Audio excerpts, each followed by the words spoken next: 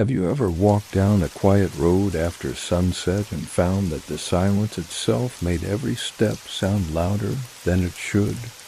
Imagine a world without electricity, where night was not a simple pause, but an entirely different landscape. In those hours, the road did not only stretch ahead, it listened. Every footfall, every shuffle, every crunch of soil was part of a language between traveler and darkness. Hello, everyone, and welcome. Tonight, in this calm history, we'll step into the uneasy world of the traveler after sunset and learn why each step mattered so much that people counted them carefully. And as we begin, I'll gently remind you, if you enjoy this journey into forgotten details of the past, please consider subscribing. It helps keep these quiet stories alive so they can reach more who need them. The silence of the road after sunset was not true silence. It was a shifting, layered quiet where faint sounds carried farther than in the day. A cart's wheel creak might echo for long minutes. The bark of a dog in a distant village could carry into fields far away, but above all, footsteps stood out. Have you ever noticed how your own shoes sound louder when the street is empty at night? Multiply that by the absence of lamps, by the vastness of fields, and by the knowledge that danger might be hiding anywhere. Travelers knew their own footsteps betrayed them, and so they learned to listen not only to the distance ahead, but to the rhythm beneath their own bodies. Counting steps began with necessity. Without visible markers, roads seemed to stretch endlessly in the dark. Villages were spaced hours apart, landmarks hidden in shadow, and the familiar shape of a tree or bend in a path disappeared once the sun fell. To measure distance was to cling to certainty. If a well was 200 steps beyond the last crossroad, then counting was a lifeline. If the edge of a forest lay 500 paces away, the number itself became protection. But why count so carefully? Because memory can blur under fear. A traveler who did not measure might convince themselves the road was shorter than it was, or longer than it should be. Have you ever taken a walk at night and thought a place was closer than it turned out to be? In the dark, space itself bends around uncertainty. By counting, travelers fought back against that bend, anchoring themselves step by step. The sound of a foot striking earth was also a warning system. In pairs or groups, footsteps made patterns. People learned to recognize not only their own rhythm, but the rhythm of their companions. The one who dragged his heel slightly, the one who stepped lighter on the left foot. When that rhythm shifted, it was like a signal. Someone tired, someone slowing, someone pausing to listen. Travelers did not need words in the dark. The sound of walking carried meaning enough. Alone, footsteps became something else, a conversation with fear. Each sound proved the traveler was still moving, still on the path, still alive in the emptiness. Have you ever counted something just to calm your mind? Perhaps steps on a staircase or the seconds while waiting. In the dark, counting became rhythm, and rhythm became reassurance. As long as the numbers rose steadily, the traveler knew they had not wandered off the path. But the silence pushed back. At times, footsteps seemed too loud, too revealing. A lone person might hesitate, pause, and listen, heart racing as they wondered if another had heard them.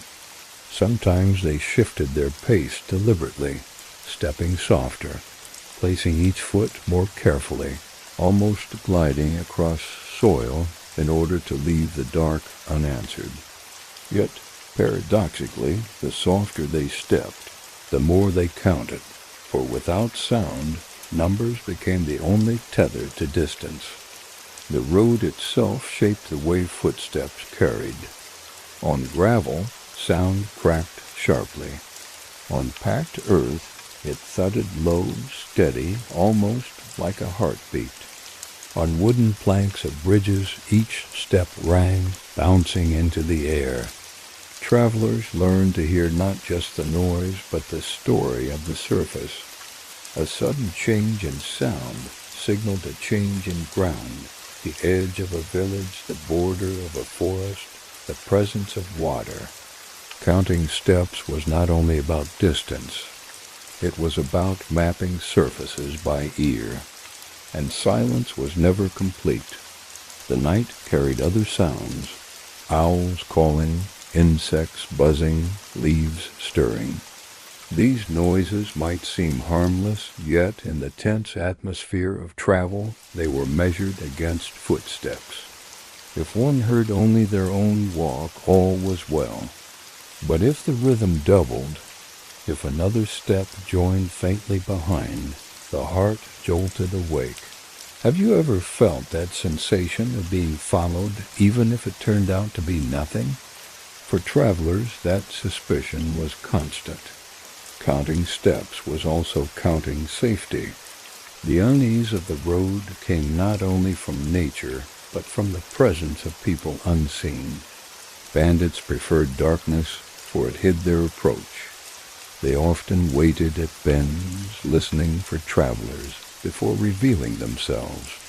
Those on the road knew this, and so they counted to anticipate danger. 100 steps to the bridge, 200 to the hill, 300 to the village gate. If an ambush came before the count matched, something was wrong. Numbers, in this way, became a kind of shield, a fragile one, but still better than nothing. Footsteps also betrayed health. A limp grew louder in the stillness. A weary pace slowed the rhythm. Companions learned to sense weakness in each other by sound alone. In groups, this awareness became protection. If a step dragged, others slowed too, keeping the rhythm steady so the vulnerable would not fall behind. Numbers again gave order to chaos.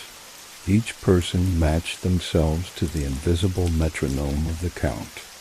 And then there was the mind itself.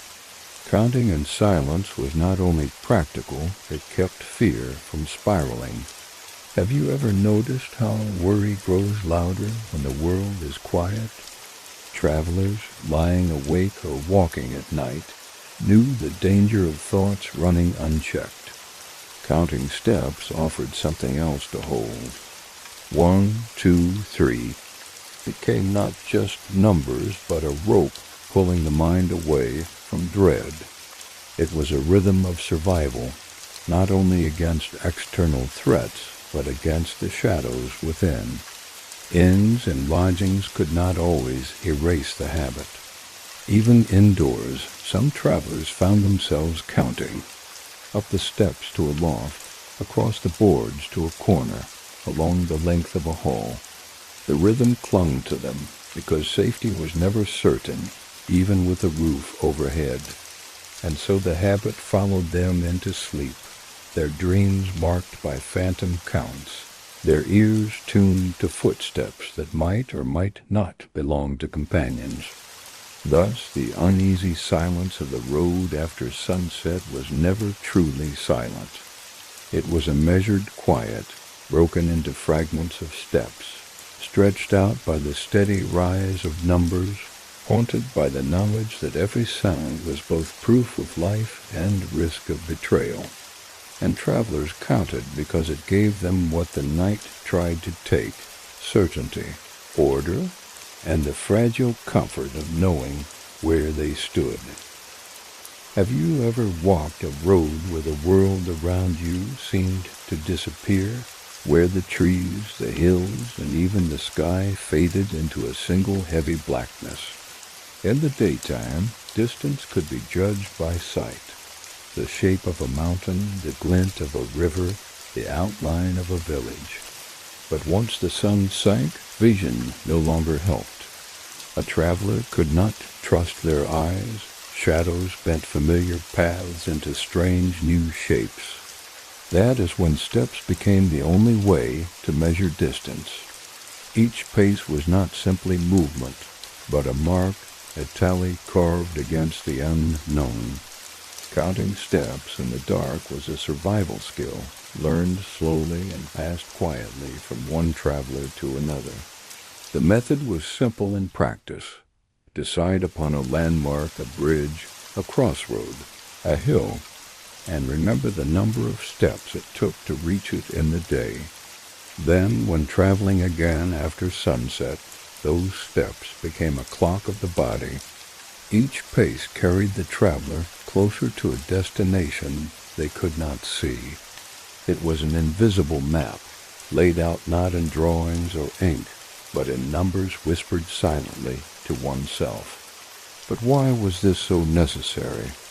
Because darkness deceives. Have you ever thought a short distance looked endless at night?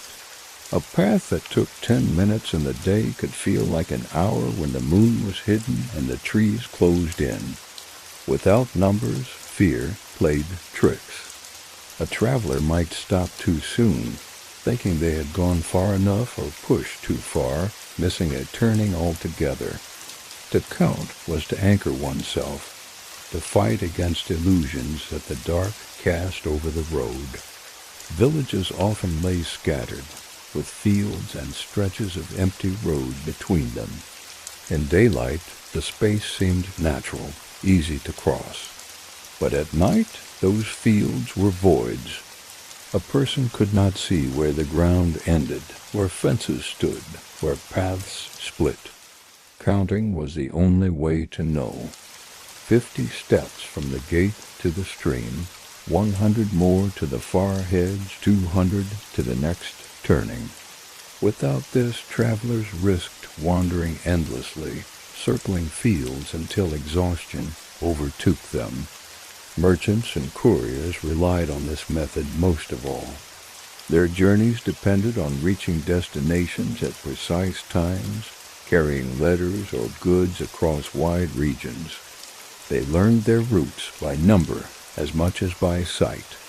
One courier might say, "It is 400 steps from the toll marker to the water trough." Another might recall, "The fork in the road comes after 200 paces from the oak." This knowledge was shared like a secret language. Numbers became landmarks more reliable than the faint glimmer of stars. Even companions in groups used counting to stay oriented. When walking together in darkness, each person kept a rhythm of numbers in their mind. If one stumbled or faltered, they could compare counts, correcting where they stood. Have you ever walked with someone in silence and felt comfort just knowing they kept pace with you? That was how groups survived the night, each silently repeating numbers, each tethering themselves to a common rhythm. Of course, not all steps were equal. Roads twisted, sloped, and stretched unevenly. A step uphill did not cover the same ground as one on flat earth. Mud slowed pace, stones shortened stride, sand swallowed distance. Travelers had to adjust, doubling counts on slopes, having them in marshes, allowing for variance while keeping the rhythm alive. It was not a perfect science, but it was better than trusting the eyes, which could deceive completely. Some even developed methods of memory for their counts. They tied knots in cords, shifting a bead every 100 steps.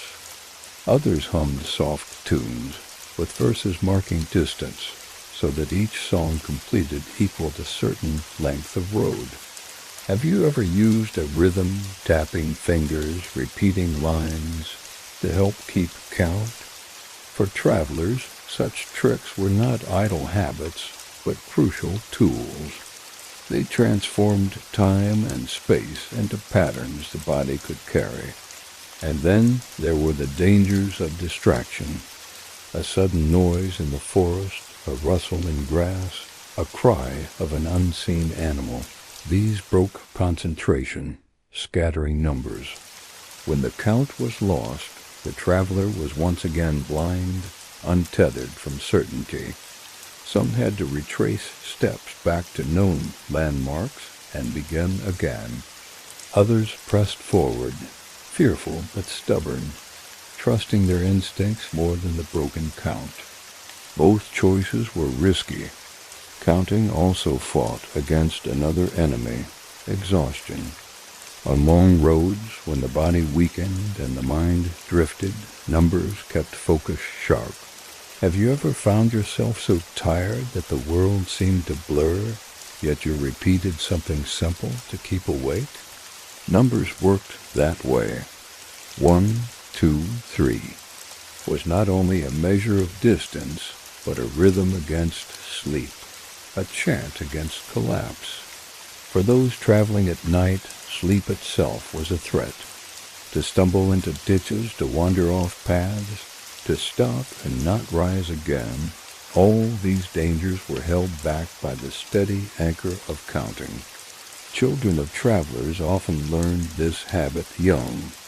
Parents whispered counts as they walked, teaching sons and daughters to mark steps. By the time they grew older, the rhythm was instinct. They did not need reminders, for the body itself remembered how far 100 paces felt. The knowledge lived in muscles as much as in thought. And so, even alone in later years, they carried the skill like a memory of their upbringing. The dark reshaped the world, turning distance into uncertainty. Yet travelers, armed with their counts, carved that uncertainty back into order. Each step was a unit of safety. Each number was a light that no darkness could hide. Counting was more than movement. It was survival, memory, and the only clock the night allowed. Have you ever stepped into a familiar room in the dark and found it suddenly strange, as if the walls had shifted and the furniture moved while you weren't looking? That is the smallest taste of what a traveler felt when the sun fell and the road became unrecognizable. By day, the path was clear, framed by hedges, trees, or ruts left from carts. By night, those markers vanished. What was once safe ground could dissolve into confusion. And so arose one of the greatest terrors of all, losing the path. For travelers, the path was more than a strip of ground. It was safety. It was direction. It was the link between where they stood and where they needed to be. To leave it, even for a moment, meant risk. Roads led to villages, to inns, to bridges. Stray from them, and you found yourself in fields where farmers' dogs barked, or in forests where every shadow seemed alive, or worse, in swamps where each step could sink you deeper. In darkness, one careless turn might not only cost hours, but end a journey altogether. This fear explains why travelers clung so closely to counting. Without clear vision, the rhythm of steps became their only certainty. Have you ever tried closing your eyes while walking in your own home, counting steps from one wall to another? It feels safer when numbers keep you steady. For a traveler, those numbers were their lifeline. If they knew a bridge was 300 steps from the fork, then reaching 300 without the sound of water meant disaster. If they knew the turn to a village came after 400 paces, then passing beyond, it meant they had walked into danger unseen. The fear was not only of being lost, it was of being invisible. On the path, another traveler might find you. In a field, you might shout and be heard. But off the road in the night, your voice might be swallowed by trees, your presence unnoticed until too late. Have you ever stood somewhere at night and felt your own voice sound smaller than it should? The off-road darkness consumed sound just as it consumed sight, and this made losing the path a terror that pressed upon the chest like a weight. Paths also had their own language of sound. On packed dirt, feet thudded in a muted rhythm. On stones they rang sharper. On wooden planks of small bridges, each step echoed differently. Travelers learned to notice these changes, to recognize when the surface beneath them no longer matched what it should. A sudden softness might mean leaving the beaten track for a field. A sudden muffling might mean drifting toward grass at the edge. In this way, the ear became as important as the eye, and listening was a form of guidance as vital as sight. But even careful listeners could be betrayed. Imagine a cloudy night when the moon gave no light and stars vanished behind a thick sky. Such nights made even seasoned travelers tremble. Have you ever walked in such complete dark that your own hand was invisible in front of you? That was the road on those nights. A person might hold their arm out and touch nothing, their body moving through blackness, so heavy it felt solid. In such conditions, the path seemed to vanish, no matter how much one tried to stay centered. Companions often fought this fear together. They chose leaders who carried memory of routes in detail. How many steps to the turn? How many to the slope? How many to the next village gate? Behind them, others followed closely, each trying to place their steps where the leaders fell. In silence, the group became a chain, bound not by rope, but by trust in one another's rhythm. If one strayed, all strayed. If one stayed true, all reached safety. But the thought that one misstep could lead everyone astray made rest impossible. Have you ever lain awake knowing that others depended on you entirely? That was the burden each guide carried at night. The fear of losing the path was also practical. Off-road ground could be dangerous not only for the body, but for possessions. A wheel of a cart caught in mud, a horse stumbling into uneven ground, a pack dropped in grass. These were not easily recovered in the dark. Each mistake risked not only the traveler's safety, but the goods they carried. And goods were not just property. They could be wages, promises, or survival itself. To lose them was to lose more than direction. It was to lose future security. This is why many travelers stopped walking altogether when they feared they had lost the path. They chose to wait until dawn rather than wander further. Have you ever given up progress for the sake of certainty? That was the wisdom of the road. Better to pause in discomfort than to vanish into danger. Yet this meant nights spent in fields, on stones, or under dripping trees, places that gave no comfort, only patience. Sleep in such places was uneasy, broken by the fear that the real path lay only a few steps away, hidden in the dark. The mind, too, played tricks in these moments. Have you ever stared into a shadow and thought it looked like a doorway or a person, only to realize it was nothing? Travelers, staring at shapes in the night, often imagined paths that were not there.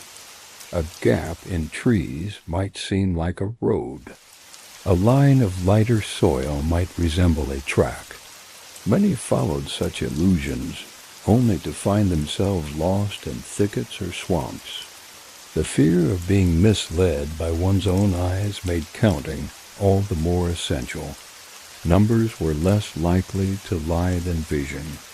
Even in villages, the fear lingered. Streets were narrow, houses pressed close, and landmarks were harder to see.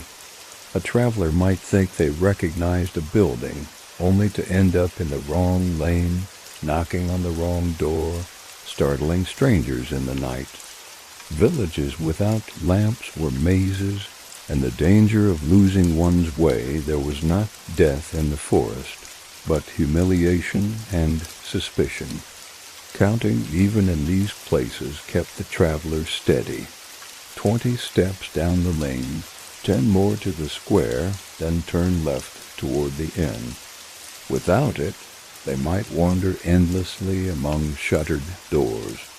So the fear of losing the path was not an exaggeration. It was a real, constant companion of those who walked after sunset. The road was the thread that stitched safety together, and to lose it was to unravel into danger.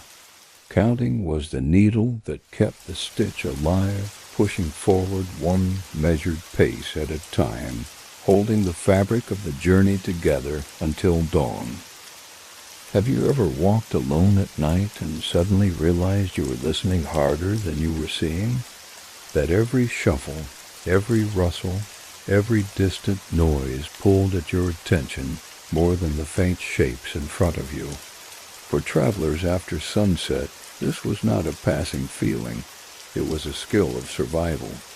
To walk the road at night was to live by the ear as much as by the eye. When daylight disappeared, sound took its place as a guide. Footsteps were the most constant measure. A traveler's own pace kept rhythm, grounding them to the path. But beyond that, the world spoke in faint and scattered sounds, the distant cry of an owl, the creak of a tree in the wind, the snap of a branch under some animal's weight. Each of these had to be sorted, weighed, and judged in an instant. Have you ever tried to fall asleep in an unfamiliar place and found yourself awake at every little sound? Imagine that multiplied by miles of road, with no walls, no doors, no comfort. Travelers learned to tell their own steps apart from others. The scrape of a boot sole, the shift of weight on gravel, the crunch of frost-hardened soil, these were familiar and could be trusted. But if another rhythm joined in, faint yet distinct, the body stiffened. The ear caught it before the mind even admitted it. 2 sets of steps meant another presence, and the night became tenser at once. In groups, listening went beyond self-preservation. Companions listened to one another constantly, reading health and mood from the sound of feet. A slower pace meant weariness. A heavier drag meant injury.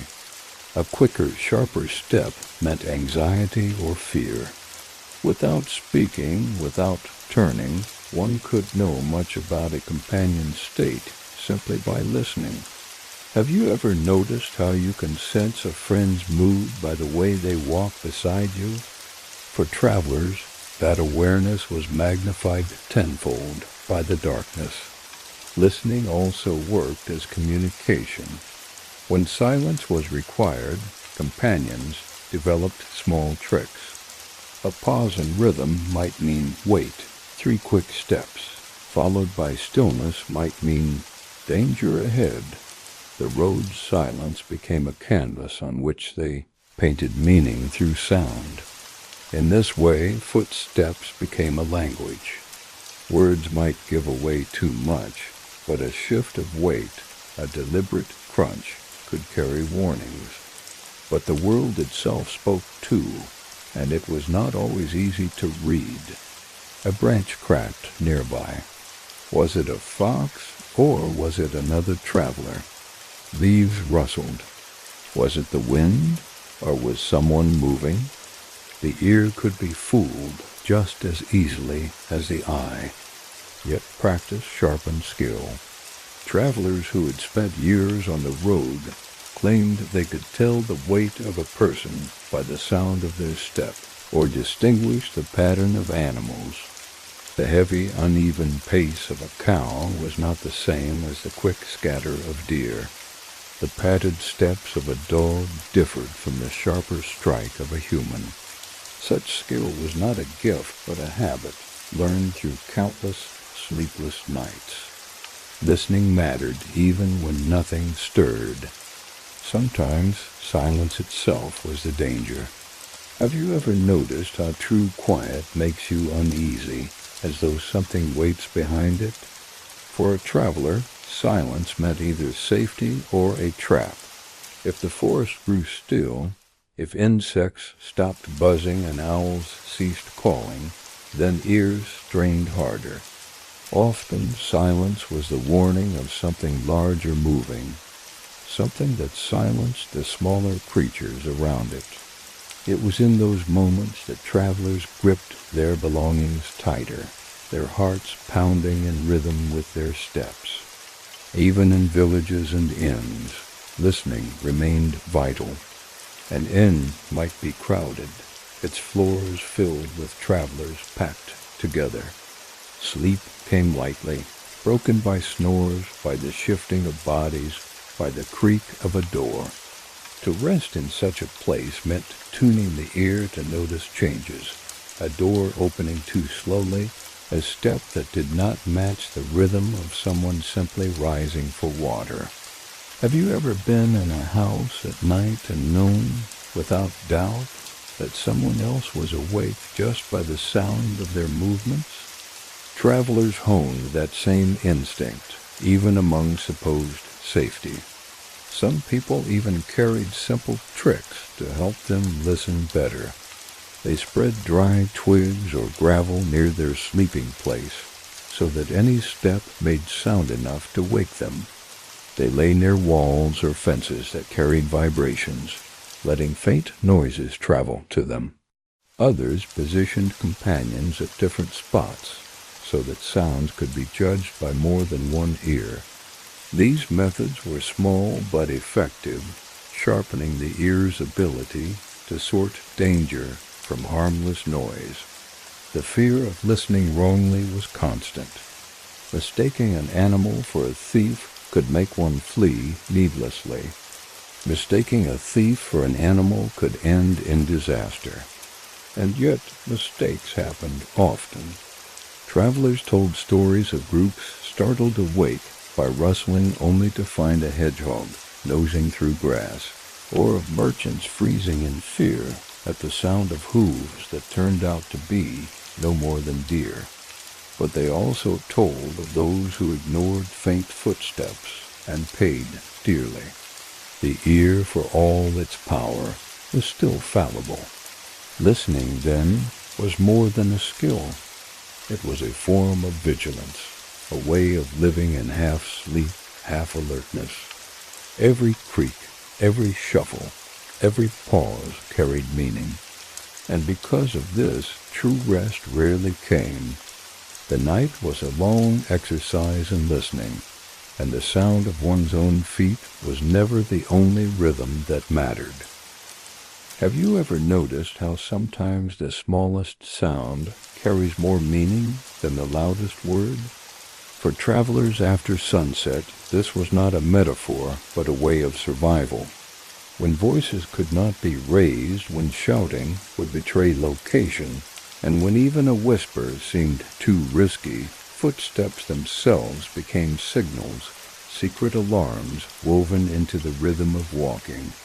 Companions on the road learned quickly that silence alone was not enough. Darkness hid the eyes, but it sharpened the ears. If danger was suspected ahead, words could not be trusted, for enemies might be listening. Instead, groups developed subtle ways to use their steps as warnings. A quick double stomp, a sudden pause, 3 deliberate crunches in gravel. These became codes passed between travelers, alarms so faint they blended into the sound of walking itself. Have you ever tapped on a table to catch someone's attention without speaking? That is how these rhythms worked, messages hidden in plain noise.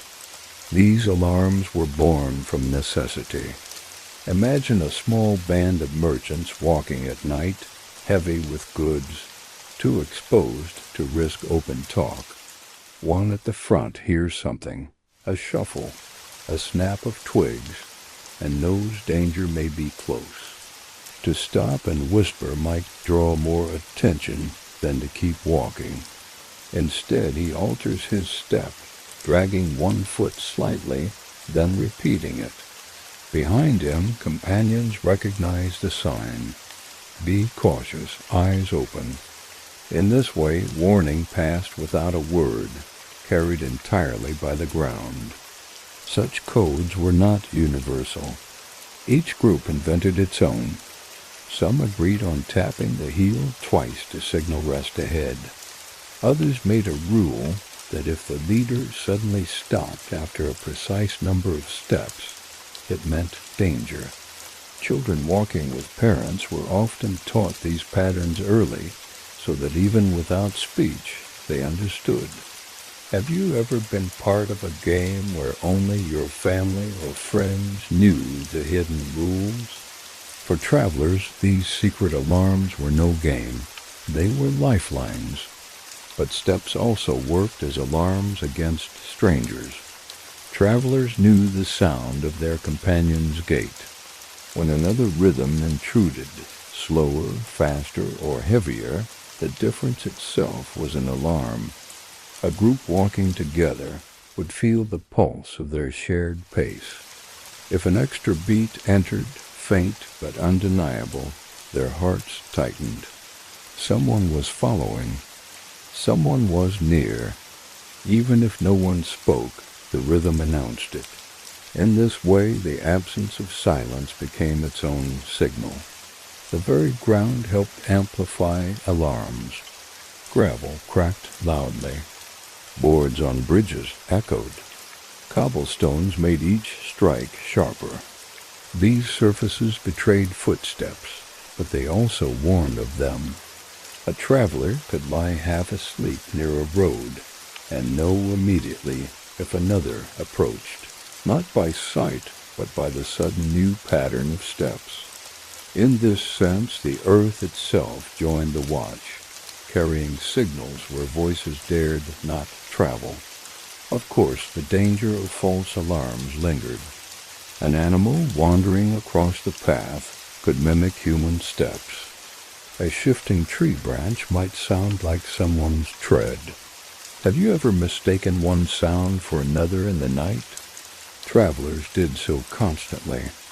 Yet to err on the side of caution was safer than ignoring the sound entirely. Groups often chose one person to confirm by listening harder, adjusting pace, and testing whether the strange rhythm followed. If it did, the alarm was real. If it faded, relief followed, though unease never fully left. Alarms worked in the opposite direction as well. Sometimes travelers deliberately made noise with their steps to ward off unseen threats. Have you ever whistled in the dark just to let others know you were there? A heavy stomp repeated again and again could warn animals or even strangers that the road was occupied. It was not always wise, for attention could be dangerous, but when safety lay in being heard, footsteps became both guard and messenger. Some of the cleverest travelers took the idea further, laying traps of sound. They scattered twigs near resting spots, so that any intruder's steps would crackle like an alarm. Gravel was spread deliberately in front of doors or beneath windows of lodging. Even simple cloth bags filled with pebbles were tied to strings, ready to rustle at the slightest tug.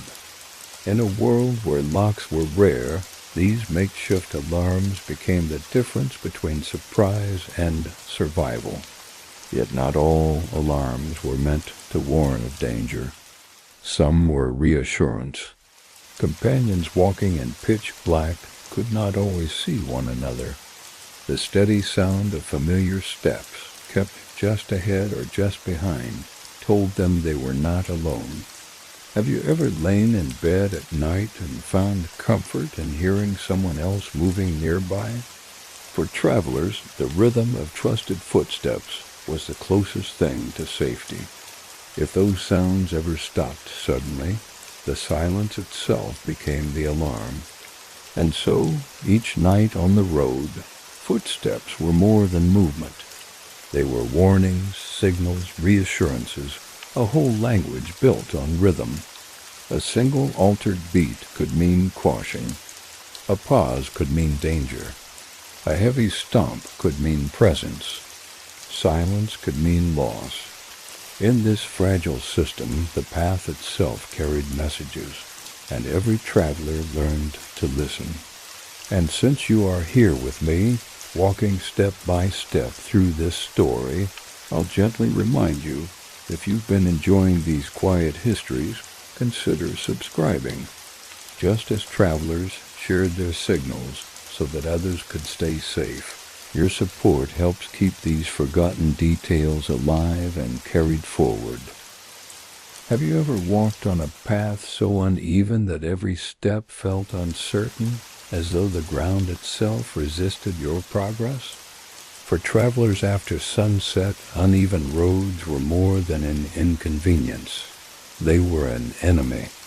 Each stone, each rut, each hidden dip threatened not just comfort but safety. Counting steps in darkness was hard enough. When the road beneath shifted unpredictably, the rhythm broke apart, turning careful measures into chaos. Unevenness began with the road itself. Few paths were smooth.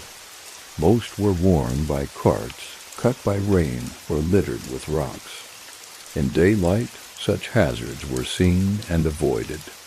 But at night, when sight faltered, every irregularity carried risk.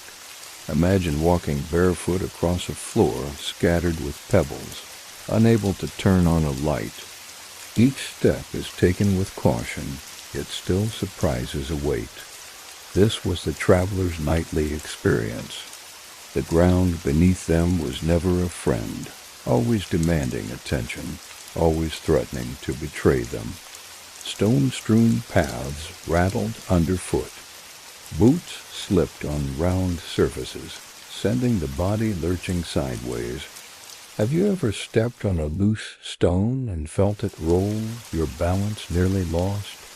That sensation, harmless in daylight, was dangerous in darkness. A stumble on uneven ground could twist an ankle, leaving the traveler stranded miles from help. And so unevenness did more than disrupt counting. It planted fear in every footfall. Mud was another enemy. Roads softened after rain, turning into pits where steps sank deep. The sound itself betrayed the effort. A sucking pull, a splash, a squelch.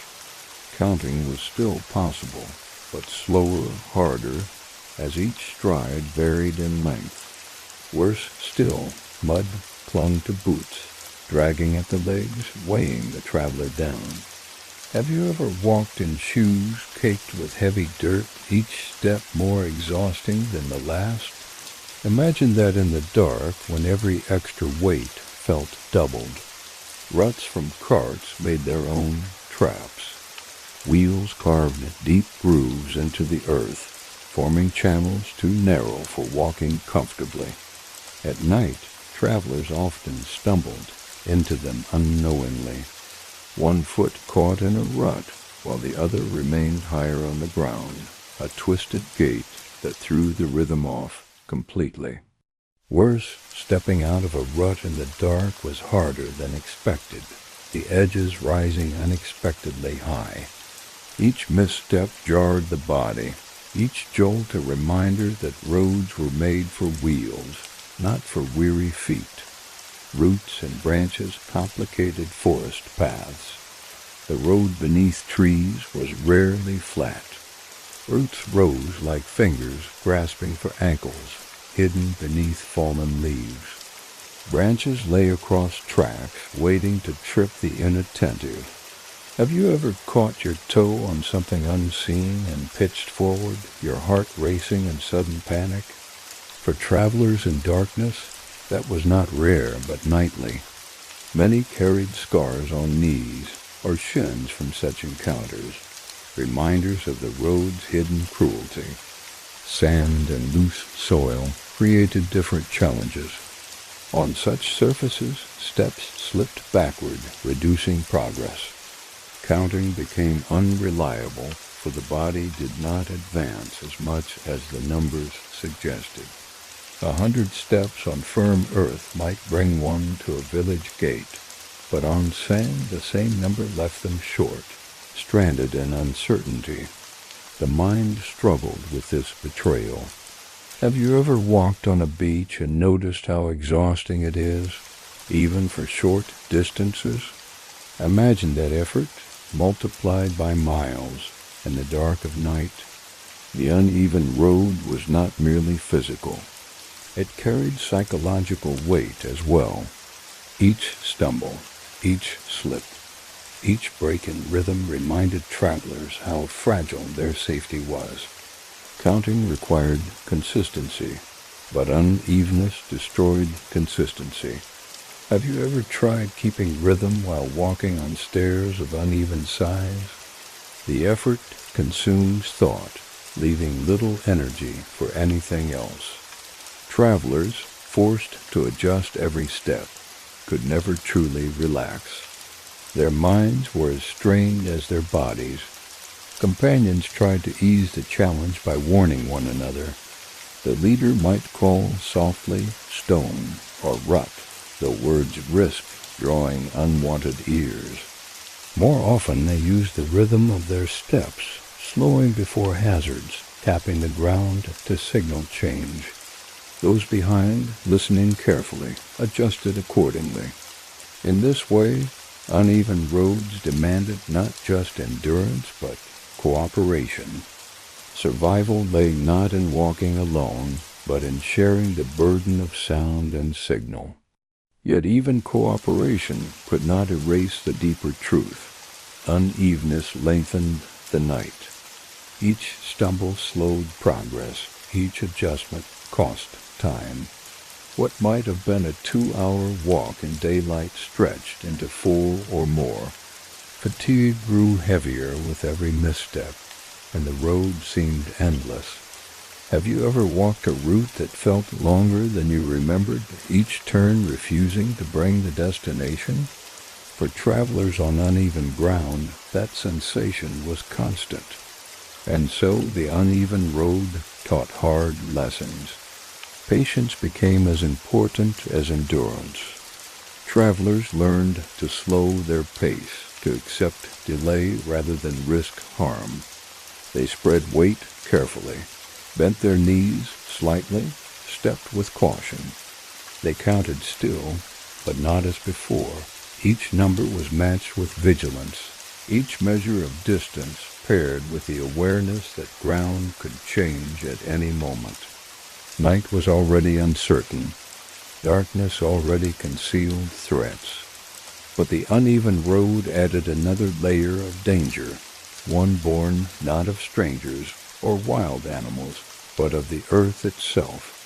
It was a reminder that the very ground, though solid by day, could betray them after sunset.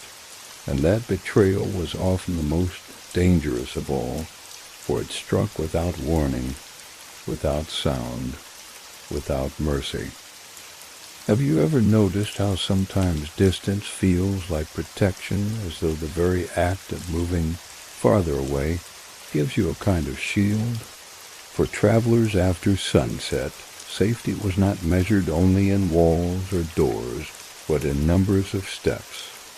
Distance itself became a fragile barrier, a way to keep danger behind. And so they counted not only to know where they were, but to know when they were far enough to rest.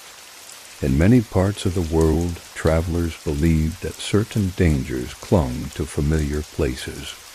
A village might feel safe in daylight, but its outskirts after dusk seemed to carry hidden eyes. A crossroad at night was not just a place of choice, but a place where danger might linger. Bandits often chose such spots, knowing travelers had to slow, to choose, to reveal hesitation. Because of this, many learned to count carefully beyond danger points, never stopping too soon. Have you ever walked past a corner late at night and felt uneasy until you were several streets away? That was the instinct of the road, always to put more distance between yourself and the place where danger might wait. Travelers also knew that sound traveled strangely at night. A person resting too close to a path might be overheard, their breathing, their shifting, their belongings betraying them. To count 200 steps beyond the road before lying down was to let silence swallow them, to hide in distance. The steps themselves became a measure of invisibility. Only by walking farther could they hope not to be found. But how far was far enough? This was a question without one answer. Some said 100 steps past the last visible marker was enough. Others claimed 1,000 were needed before safety could be trusted. Experience shaped the count. A group robbed within hearing of a road would forever walk farther the next time. A traveler who had escaped danger by resting close might convince themselves that proximity was safe. In truth, no number guaranteed safety, but numbers gave comfort, and comfort was enough to keep fear at bay for a little while. Companions often agreed on set distances. One might say, "We will stop after 500 paces," and the rest would trust that number. The act of deciding gave them unity. To count together was to share a belief in safety, even if the count itself was arbitrary. Have you ever been reassured simply because someone else claimed certainty, even when you knew it was only an estimate? Numbers, in this sense, worked as promises. They allowed people to rest, not because the world had changed, but because they had agreed to believe it had. Counting steps to measure safety was not limited to finding rest. It also applied to danger itself. If someone was heard behind, their distance could be measured in paces. The faintness of footsteps, the delay between one's own rhythm and another's, gave clues. Was the stranger 50 steps behind or only 20? The answer shaped decisions, whether to walk faster, to hide, or to prepare. Each measure of distance was also a measure of time. How long until safety vanished or until danger arrived? Even animals were judged by distance. The call of wolves in the distance was frightening, but only when too near. Travelers learned to measure how far a sound carried, to calm themselves with numbers. A howl 1,000 steps away was not yet a threat. But if it seemed closer, if it echoed louder, then the count became urgent. Have you ever reassured yourself by saying, "It's still far off"? That was how travelers endured, counting invisible space between themselves and the things that frightened them. The ground itself played tricks with safety. On open plains, distance was harder to trust, for sound carried farther. A shout or a bark might seem close, when in truth it was still hundreds of steps away. In forests, the opposite was true. Noise seemed muffled, closer than it was, leaving travelers guessing. And so they relied on steps not only to judge how far they had gone, but to create their own certainty where the world gave none. Parents taught children this lesson early. "Walk a little farther," they would say, "and you will be safe." Children learned to measure with their legs, to turn counting into comfort. By the time they were grown, the habit was instinct. Have you ever watched a child count to calm themselves, even when they do not understand why? Travelers did the same, only their counting was not of toys or games, but of distance from fear. Distance, of course, could never remove danger entirely. Yet the act of counting gave travelers the strength to rest. When they stopped after their chosen number, they lay down believing they had earned safety. Whether true or not, belief was powerful. It allowed sleep to come where otherwise it would not. Have you ever convinced yourself of something simply to find peace? Counting steps that measured safety was no different. And so every road after sunset carried two kinds of journeys, the visible, where feet carried bodies forward, and the invisible, where numbers carried minds toward safety. Both journeys were needed. Without movement, travelers could not progress. Without counting, they could not rest. Distance became not only space but protection, and every step was more than a measure of ground. It was a fragile wall built against the night. Have you ever repeated something over and over simply because it calmed you? Maybe a phrase, a pattern, or even the rhythm of breathing when you couldn't fall asleep. For travelers after sunset, repetition was more than habit. It was medicine against fear. Counting steps was not just a way to measure distance or judge safety. It became a ritual, a comfort, a rhythm that steadied the mind when the night threatened to unravel it. The road was full of uncertainties. Darkness hid its turns, uneven ground broke rhythm, and silence carried both reassurance and danger. But repetition gave the traveler one thing the night could not take: control. Have you ever felt steadier when you controlled even one small part of your world? Travelers found that in the steady pattern of numbers, whispered softly to themselves, or simply felt in the rhythm of their stride. 1, 2, 3. The count was simple, but the effect was powerful. Repetition soothed the nerves, like rocking calms a restless child. It gave the mind something to hold on to when fear threatened to scatter thoughts. A person walking alone might repeat their numbers for hours, their lips moving silently, their steps striking in rhythm. By the end, the fear had not vanished, but it had softened, replaced by the steady presence of order. Groups found comfort in repetition, too. Imagine a band of weary travelers crossing a forest. Their leader whispers a rhythm. 50 more paces. The group murmurs agreement, each repeating silently, each measuring the same distance. In the darkness, this shared rhythm bound them together. Even without words, even without sight, repetition turned strangers into companions. Have you ever felt closer to someone simply because you shared a routine? That was how the road's repetition worked.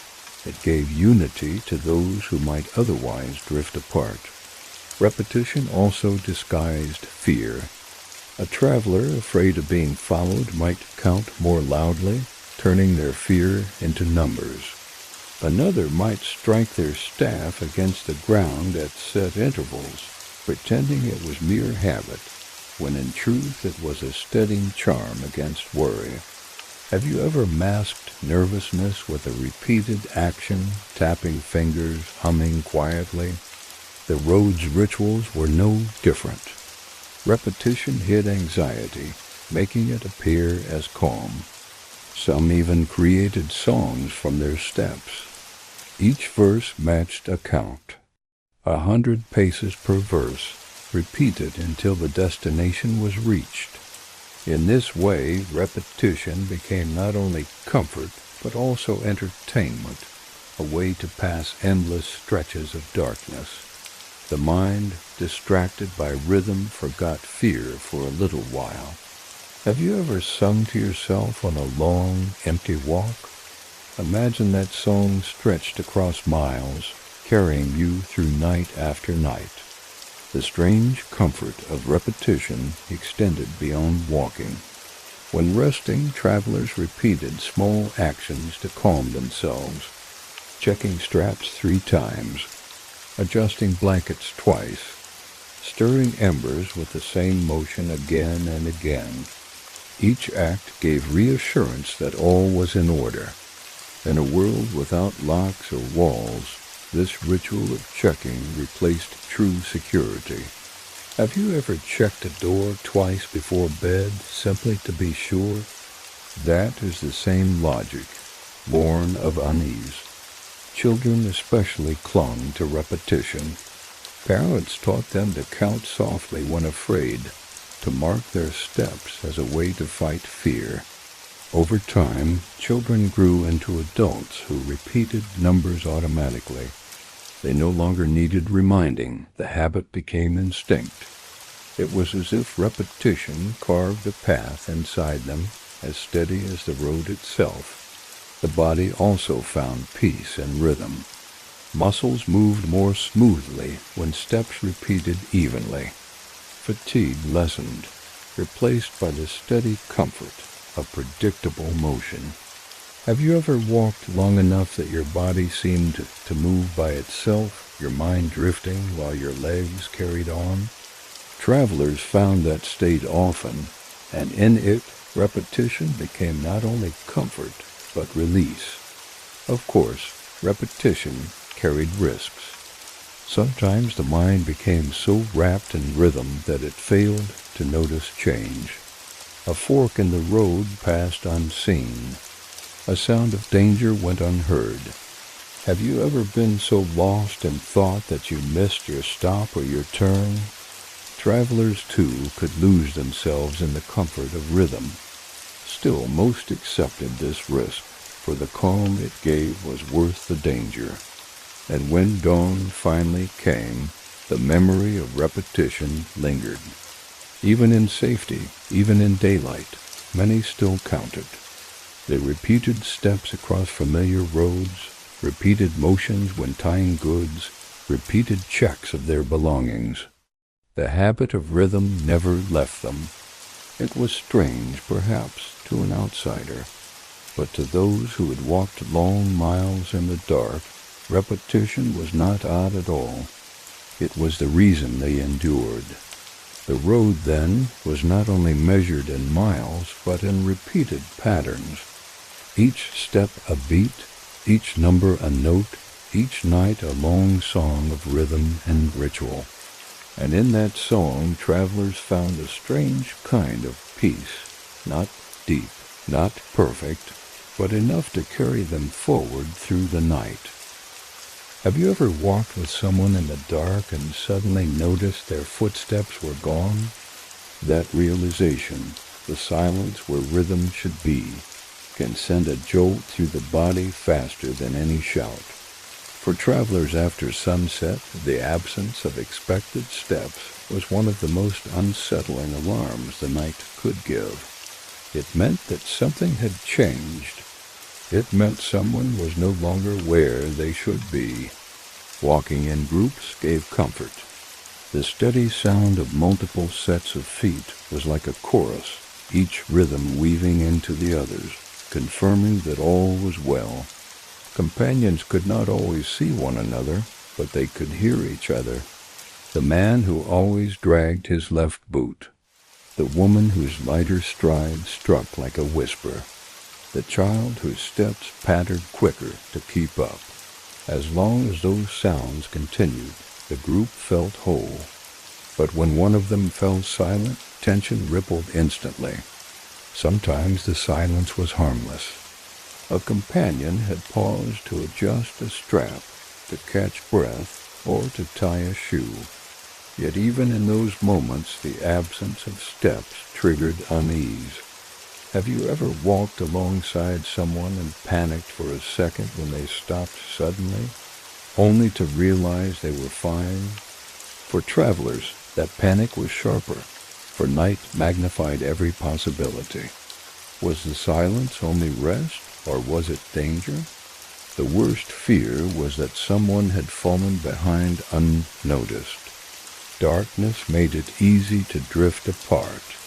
A slower walker might slip 50 paces back, then 100, until their steps vanished entirely. In the day they could wave or shout. At night, shouts risked drawing ears unwanted, and distance made recovery harder. Many groups devised rules. No one walks without sound. If silence lasted too long, the leaders stopped until the missing rhythm returned. It was a fragile system, but better than nothing. Silence could also mean something more sinister. If footsteps stopped suddenly, companions imagined the worst: an ambush, a fall, a thief striking unseen. The sudden break in rhythm felt louder than any noise, a gap that filled the mind with fear.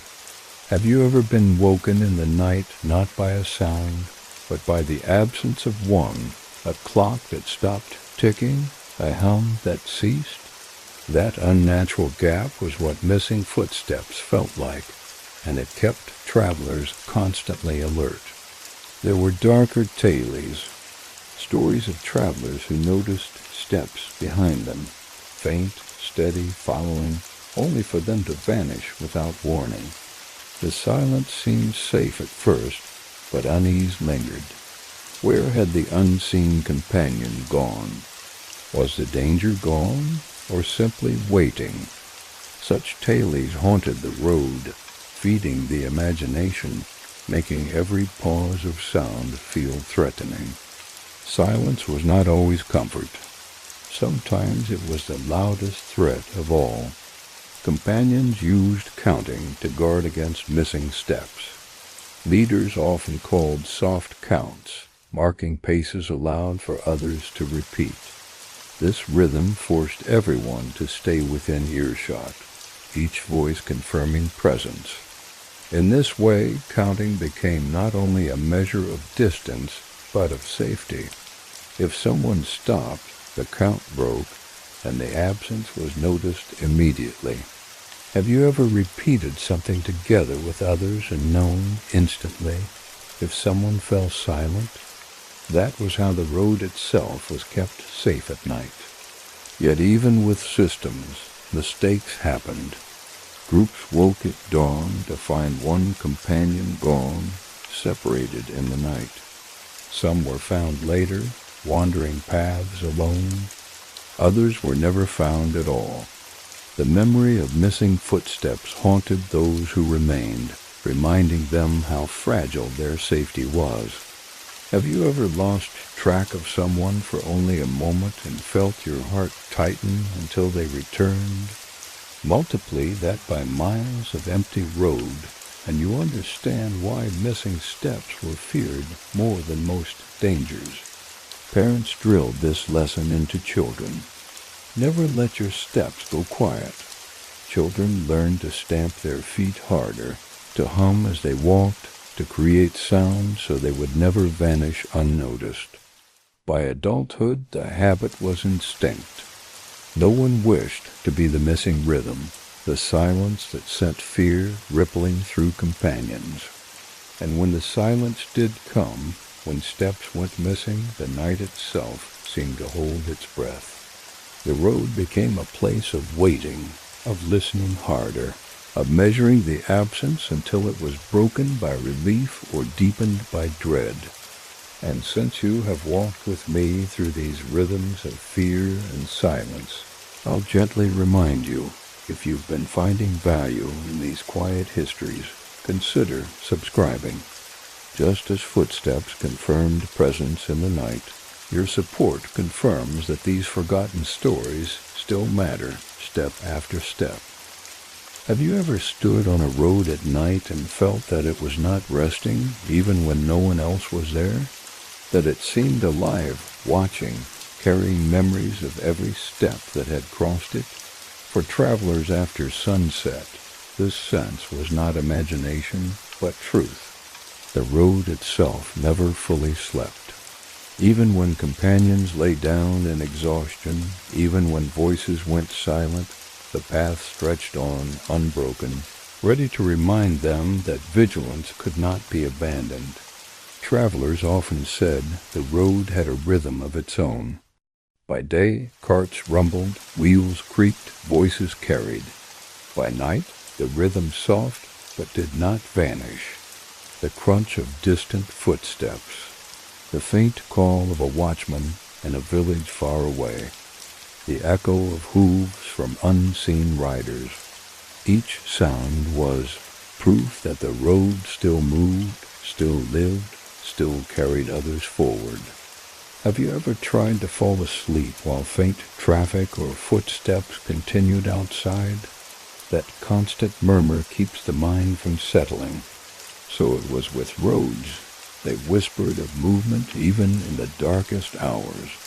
No traveler trusted the road to rest simply because they themselves needed it. Someone was always awake, an unseen figure passing in the dark, an animal prowling near, a bandit waiting silently. Because of this, travelers taught themselves never to give all their rest to sleep. One eye open, one ear tuned, one hand ready. The road did not forgive deep slumber, for the road itself never slumbered.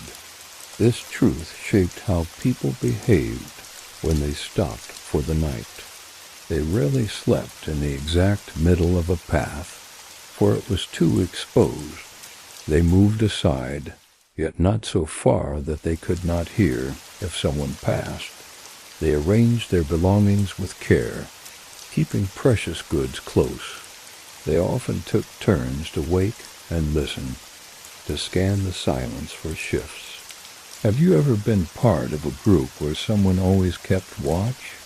That system was not only habit, but necessity, for the road demanded constant attention.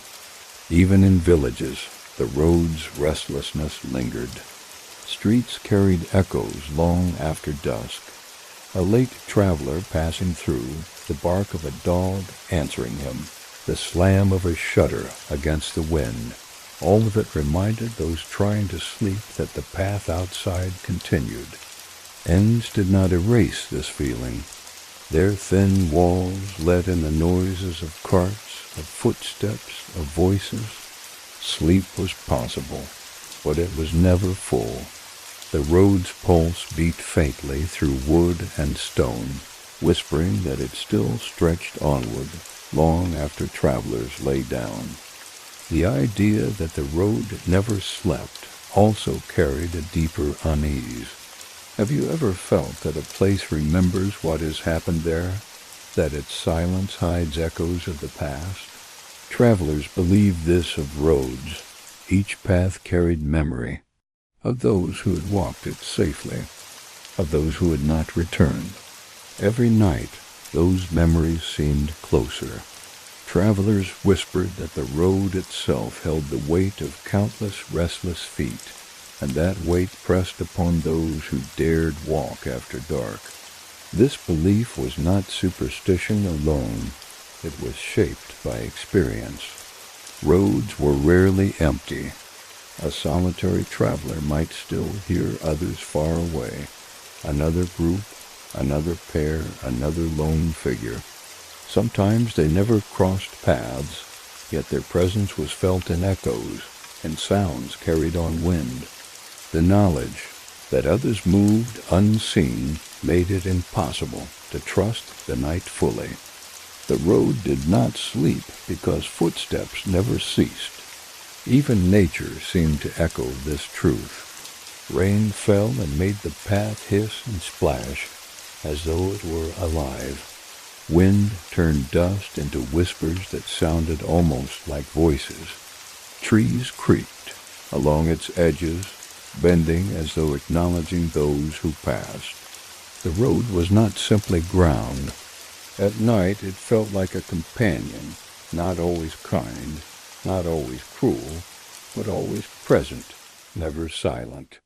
The road that never truly slept changed travelers themselves. Have you ever lived through a time when you could not rest deeply, and later found that even in safety you still stirred at the faintest sound? That is what happened to those who spent many nights on roads. They carried the habit with them, waking at the smallest creak, listening for steps even in their own homes. The road's sleeplessness became their own, woven into them long after journeys ended.